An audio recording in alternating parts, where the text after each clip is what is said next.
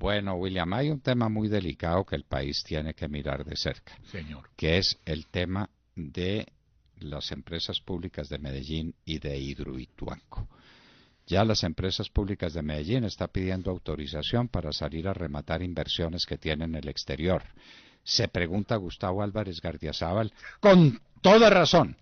¿Eso quiere decir que no cree mucho en la eficacia de las pólizas de seguro? Hidroituango no está asegurado, pues, y no tiene que estar asegurado por lucro cesante y por todo. Entonces, ¿por qué está vendiendo sus propiedades? ¿Por qué? Pues Algo ahí. Álvarez Gardiazabal tiene razón. Claro. Pues porque no cree en las pólizas de seguro que tiene y que las pueda hacer efectivas, porque eso no fue obra de circunstancias fortuitas o de lo que estaban asegurando las compañías de seguro, sino que algo hay. Y para eso estamos con María Paulina Guinaga, una concejal de Medellín por el Centro Democrático, que ha dicho una y otra vez de qué se trata.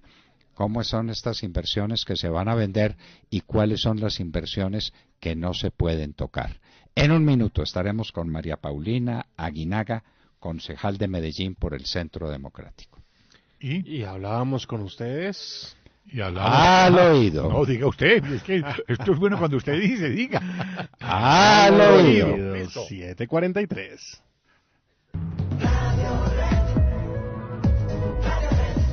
Radio Red de RCN Radio. Sintonícela en los 970 AM en Bogotá, 710 AM en Medellín y 1200 AM en Cali. Y déjese atrapar por lo bueno. Radio Red, atrapa lo que vale la pena.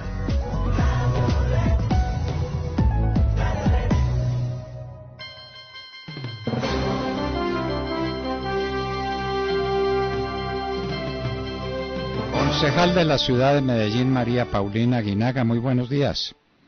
Muy buenos días, doctor Fernando, para usted, para toda la mesa de trabajo y por supuesto para toda la audiencia. Un periodista muy conspicuo y muy penetrante, el señor Álvarez Gardiazabal, se pregunta por la desinversión, llámelo de esa manera, porque me imagino que esa palabra ya estará aceptada en la Real Academia, que hace las empresas públicas de Medellín de inversiones que tiene en Colombia y en el exterior para atender el problema de Hidroituango. Y se pregunta Álvarez Gardiazabal, ¿y las pólizas de seguro para qué son? ¿No son precisamente para cubrir eventualidades y para cubrir hechos fortuitos que surjan al interior de un proyecto de esa magnitud? ¿O es que no hay pólizas? ¿O es que no se cree en la eficacia de las pólizas? ¿Y qué es lo que se va a vender y qué es lo que no se está vendiendo? ¿Nos cuenta?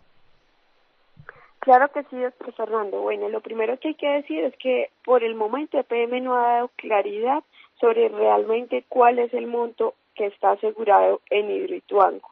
Primero. Segundo, el gerente ha manifestado en diferentes reuniones que hemos sostenido con él y incluso en una sesión del Consejo que EPM primero tendría que hacer frente a todos los gastos que ha generado esta contingencia y después sí iniciar el proceso de reclamación que ya está, pues digamos, como en trámite, pero que aún así EPM le toca primero sacar de su bolsillo para poder atender toda la contingencia y en caso eventual poder continuar con el proyecto. Tercero, queda la duda si decisiones que se tomaron que eran absolutamente necesarias para salvar vidas, como la inundación de la casa de máquinas, a sabiendas de que fue una decisión, sí está cubierta por las aseguradoras, ¿no? También queda la duda del tema del taponamiento de los túneles, del cerramiento definitivo de esos dos túneles, que fue una decisión de PM, que esto también fue lo que generó y lo que contribuyó pues a la emergencia, a la contingencia que vivimos hoy. Entonces, en realidad, frente al tema de los seguros, son más las incertidumbres y las dudas que tenemos que las certezas y las claridades por parte de PM. Lo que sí es cierto es que ellos solicitaron autorización a la Junta Directiva para desinvertir y obtener cerca de 3 billones de pesos para poder hacerle frente a la contingencia. Y dentro de las empresas que ellos han venido mencionando se encuentra, por ejemplo, inversiones que llaman muchísimo la atención, que son Aguas de Antofagasta, que es una concesión, una parte de una concesión que compró EPM en Chile. De hecho, esta inversión ha sido supremamente cuestionada en el Consejo, porque esta concesión era del Grupo Luxic. El Grupo Luxic de Chile la compra por 30 años a un valor de 186 millones de dólares, y 12 años después llega EPM y por esa concesión paga 965 millones de dólares. Es decir, paga casi 5 veces el valor inicial de la concesión cuando solo queda un periodo de 18.5 años. EPM ha informado que supuestamente ya retornó cerca de 400 millones de dólares de esta inversión, pero no ha dicho cuál fue la forma de retorno de esa inversión. Y lo que se hizo fue un préstamo con la banca chilena, con el Banco del Estado y el Scotiabank en Chile por 400 millones de dólares que después se los trajeron para Colombia. Pero uno no puede decir y llamar esto que es ya recuperó la inversión, porque es un préstamo que hoy se debe, que además el plazo inicial eran 2 años y que aún destinando todos los ingresos de la compañía de 2 años para pagar este préstamo no alcanzaría a cubrirse y se ha tenido que venir prorrogando. El último plazo que se les dio fue para agosto del próximo año y todavía no se tiene claridad qué va a pasar. Esta empresa también ha tenido dificultades, no se han cumplido las expectativas de las utilidades. De hecho, a partir de que EPM la compra en el año 2015, las utilidades caen de manera significativa por los niveles de endeudamiento a los que llevaron a la empresa para poderse traer esos 400 millones de dólares. Ha sido sancionada además por la Superintendencia de Servicios Sanitarios de Chile por no cumplir el plan de inversiones, que son inversiones altamente costosas. Solamente para dar un ejemplo, entre los años 2015 y 2017, EPM ha tenido que invertir más de 140 millones de dólares. Entonces no se está dando la utilidad esperada. Y a raíz de todos estos cuestionamientos, la Contraloría y de los debates que realizamos en el Consejo, se les solicitó a la Contraloría de Medellín que realizara una auditoría especial, encontrándose así con un presunto hallazgo fiscal por cerca de 560.000 millones de pesos de un sobreprecio que EPM dio por esta empresa. Pero este no es el único paquete chileno que EPM quiere vender.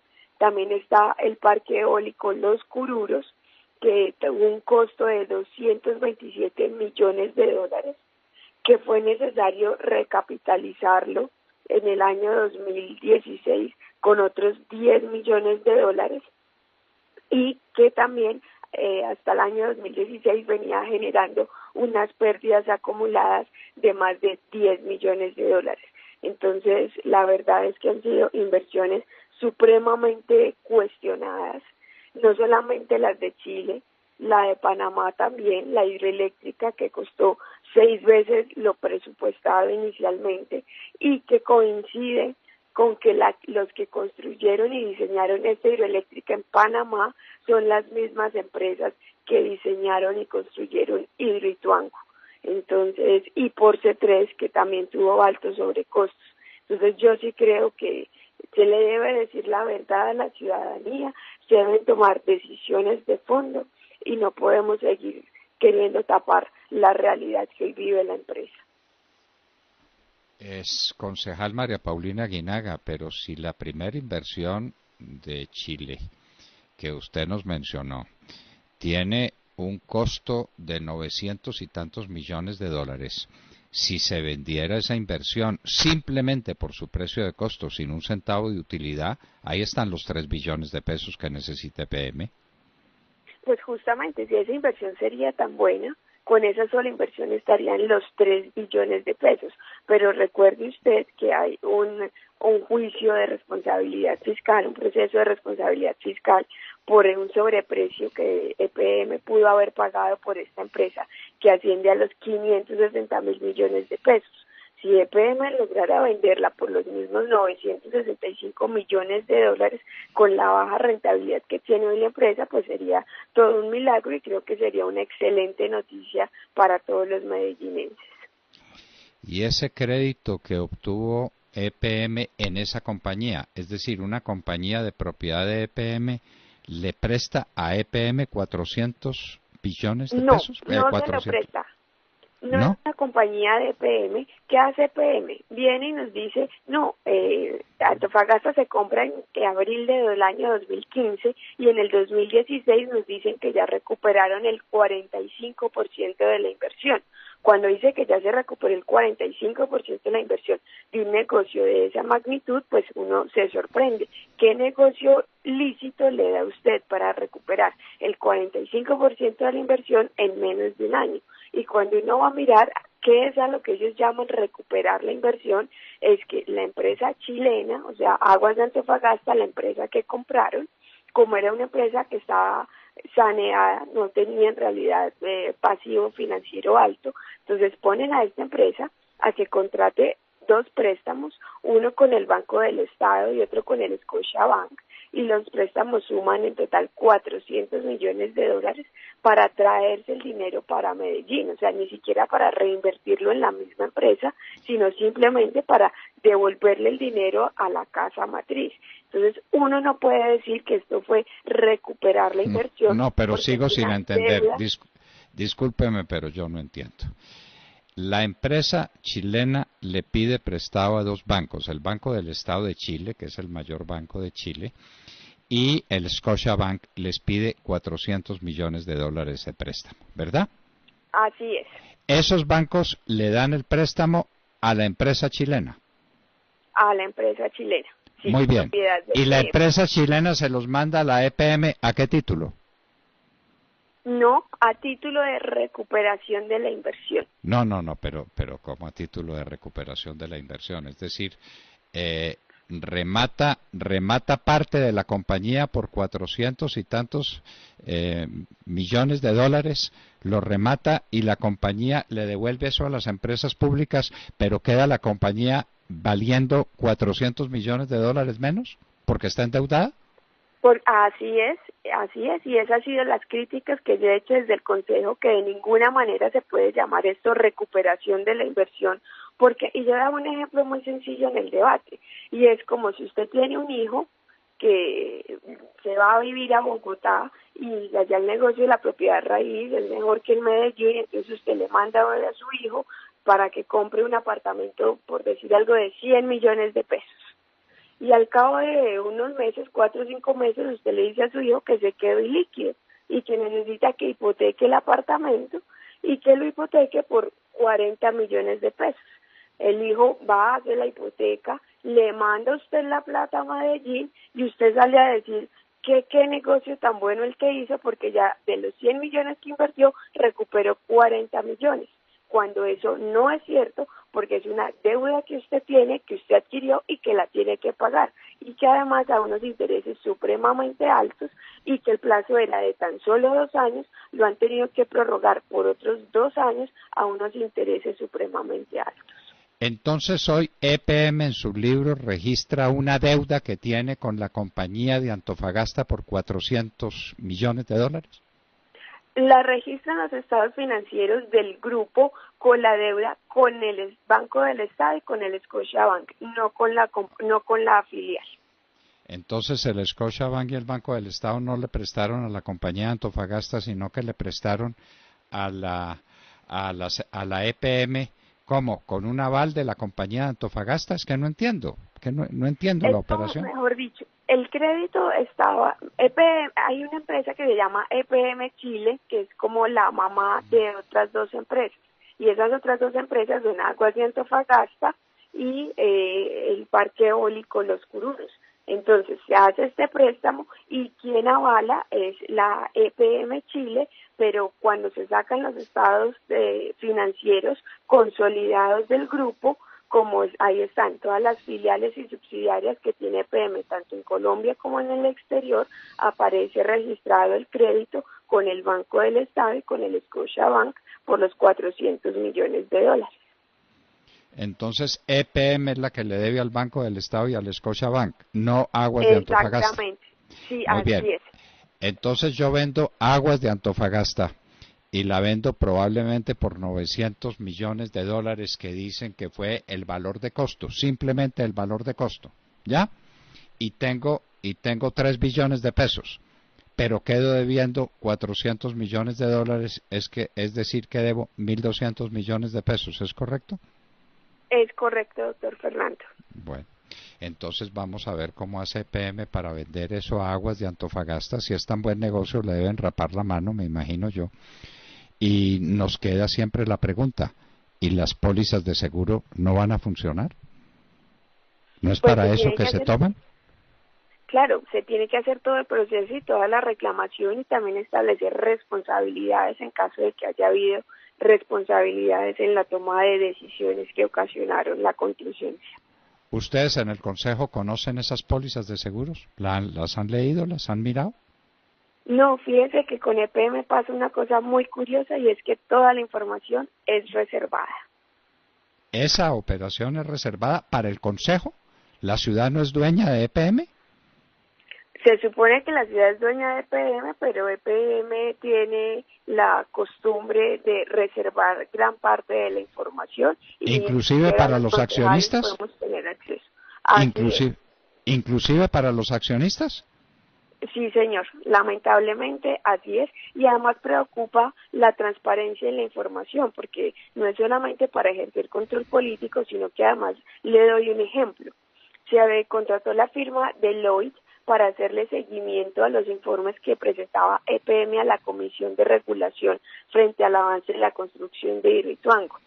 Y encontramos que en el último informe, el número 17, que tiene fecha de marzo de este año, había grandes discrepancias entre la información que EPM le reportaba a la CREC, donde ya tenía un avance del 97% de la construcción del proyecto, cuando en realidad la compañía Deloitte, que era quien estaba haciendo la auditoría, fue a verificar y estaba en cerca del 81%. Es decir, le estaban inflando las cifras de avance del proyecto a la CREC. Y una cosa muy particular era que, según EPM, le había reportado a la CREC que a 31 de diciembre de 2017 ya la presa y el vertedero estaban terminados en un 100%, y como vimos durante la emergencia, no estaban terminados, aún en este momento no están terminados, pero eso era el avance que EPM le había reportado a la CREC del 100%, cuando solamente iban en el 80%. ¿Es verdad que eso que se construyó a la carrera quedó mal construido y que hay que demolerlo y volver a construir lo que se construyó rapidito para que el río no desbordara la presa? Bueno, no se construyó con las especificaciones que se venía construyendo antes, porque por el tiempo era una carrera contrarreloj para poder evitar una tragedia. No es que se tenga que demoler, pero sí se tiene que reforzar estructuralmente y aplicar impermeabilizarlo. Bueno, entonces yo pues sí no sabía que una empresa le diga al accionista es que no le muestro mis papeles porque son reservados. Al accionista, al dueño. Yo eso no lo conocía y tengo alguna experiencia en manejo de empresas públicas y privadas. Al accionista no se le puede ocultar nada, es que el accionista es el dueño de la compañía. La compañía como tiene secretos para su dueño. Esta situación es tan lamentable que a mí personalmente me ha tocado interponer tutelas para poder que me den acceso a cierta información, porque de lo contrario ellos no la dan. Y le pongo un caso concreto. La auditoría forense que se contrató para determinar las irregularidades que hubo en la construcción de esta hidroeléctrica en Panamá, que costó 6 veces lo presupuestado, donde están las mismas empresas que construyeron y diseñaron Hidroituango, no la quisieron dar, cuando es una auditoría que se cita en el informe de la Contraloría, donde también hay un presunto detrimento patrimonial de cerca de 150 millones de dólares. Y me tocó interponer acción de tutela porque, según EPM, la firma que contrataron, que también es Deloitte, decía que ellos le daban el carácter de reservado, es decir, se contrató una auditoría con recursos públicos y quien realiza la auditoría se puede dar el lujo de decir que es reservado para seguir tapando las irregularidades que se cometieron en este proyecto. Ay, Dios mío, concejal María Paulina Guinaga, pero ¿por qué no son transparentes en esto? ¿Por qué no cuentan la verdad? ¿Por qué no dicen la verdad de las inversiones en Chile, la verdad de la inversión en Panamá y la verdad de lo que pasó en Hidroituango? No tuvo nada que ver con cierta aceleración que se contrató al final para alcanzar a ciertas ceremonias de inauguración que se iban a hacer. ¿No tiene nada que ver? Pues mire que esas decisiones de cerrar los túneles y demás, pues sí tienen que ver con ese plan de aceleración que, entre otras cosas, según ese informe de auditoría de Deloitte, con fecha de marzo, no se iba a alcanzar a terminar y la presa y el vertedero y empezar a generar en la fecha que estaba previsto. Y del afán pues no quedó nada, porque mire, hubiera sido mejor la multa que se hubiera tenido que afrontar EPM y no estar hoy en las condiciones que estamos, en esta incertidumbre que aún no es claro si se salva o no se salva el proyecto. Bueno, y es muy fácil, y muchos dirán, es que es más fácil ser historiador que adivino, pero en cosas tan sencillas, por ejemplo, como la remoción de la biomasa, que EPM desde que le otorgaron la licencia en el año 2009 sabía que tenía que remover la biomasa, esperó solamente hasta octubre del año 2017 para empezar a quitar estos árboles de gran tamaño que era necesario quitarlos antes de empezar a inundar. Le solicita a la ANLA en el último minuto que le disminuye el requisito, que eran más de 2.000 hectáreas.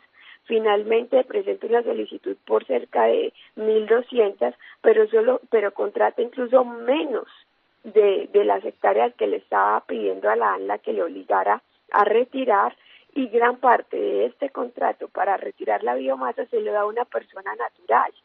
¿Qué hace EPM dándole un contrato de semejante magnitud, de semejante importancia a una persona natural? Y hoy también nos queda la incertidumbre si no fue por el tema de los árboles, de los troncos y de todo ese material vegetal que cayó al río, que no se recogió de la manera adecuada, que esto no contribuyó también al taponamiento del único túnel que dejaron funcionando. Bueno, concejal, una pregunta. Se le hizo al gerente de las empresas públicas de Medellín un super ultra reportaje allá en Hidroituango, donde él explicó todas las cosas y lo explicó en las salas destinadas al control y a la evolución de los problemas, y toda esta cosa se hizo ante todos los colombianos. Yo le pregunto, ¿ese fue un reportaje que el periodista con todo derecho hizo por su cuenta y riesgo, o es lo que se llama un free press? Es decir, fue un reportaje pago por las empresas públicas. Pues para nadie es desconocido el alto presupuesto que tiene EPM cada año para los diferentes medios de comunicación, en especial los medios nacionales, y eso no está mal, siempre y cuando sea para informar con la verdad, no para desinformar o para contar verdades a medias. Pero pregunto si ese reportaje fue contratado y fue costoso, o si ese reportaje lo paga el periodista con todo derecho y está mostrándole al país una cosa muy importante. ¿Ese reportaje qué es? ¿Un free press o un reportaje? Pues me queda la tarea para averiguarlo, doctor Londoño, Bueno, porque no sabría decirle con exactitud en este momento. Concejal María Paulina Guinaga, muchísimas gracias, y ojalá le hagan a usted un reportaje tan importante como el que le hicieron al gerente de las empresas públicas. Es que la ciudad tiene derecho a saber qué pasa en las empresas públicas. Esa es la joya de la corona. Esa es la empresa más significativa de Medellín y de Antioquia, una de las empresas más importantes del país. Aquí tiene que haber claridad plena sobre lo que está pasando. Entonces, si hay un reportaje al gerente, ¿por qué el periodista no le hace un reportaje a usted? Y entonces así vemos las dos caras de la moneda y la gente saca sus propias conclusiones. ¿No le parecería interesante? Por supuesto, de hecho yo he insistido en que se hagan foros en el consejo o en cualquier otro espacio académico, no necesariamente político, sino académico, para mirar, por ejemplo, la viabilidad financiera de todas estas inversiones que han hecho en el exterior y que han sido un fracaso. Yo misma se lo he propuesto al gerente, lástima que él no haya aceptado la propuesta. Y yo sí creo que se deben dar todas las claridades, y esto acá no se trata de tintes ni matices políticos, sino es un tema de interés ciudadano que debe ser manejado de manera técnica y que nos deben dar absolutamente todas las explicaciones del caso. Pero dígale al periodista que le hizo tan excelente reportaje al gerente de la EPM si no le quiere hacer el mismo reportaje a usted. Y hablen del tema para que la gente saque conclusiones viendo los dos aspectos o las dos caras de la moneda y no una sola. Y entonces así es, sí. Y muy importante también que nos empiecen a aclarar qué pasó en todo el proceso de contratación de este consorcio, que está altamente cuestionado por escándalos de corrupción en Brasil, en Perú y en otros países de América Latina, y que de hecho ya el fiscal se ha pronunciado diciendo que tiene 3 líneas de investigación sobre este tema. Yo creo que también se debe dar la discusión desde el inicio, no solamente a raíz de la contingencia, sino en todo el proceso de contratación, donde hay serias dudas sobre la ética, porque hay cosas que pueden que sean legales, pero son poco éticas. ¿Qué consorcio es? Es el consorcio CCC Ituango, conformado por la brasilera Camargo Correa, que está en los mismos escándalos de corrupción de Odebrecht, con directivos presos en Brasil, está también con Concreto y está con INSA Ramón H. CCC, muy bien. Concejal, muchísimas gracias por acompañarnos. Hemos estado con una de las concejales más activas y más claras de Medellín, que merece todo el respeto con que debe ser tratada y que debe ser escuchada por todo el país, María Paulina Aguinaga. María Paulina Aguinaga, concejal de Medellín, muchas gracias por estar en la Hora de la Verdad. Muchas gracias, doctor Londoño. Muy buen día para usted, para todo el equipo y para toda la audiencia.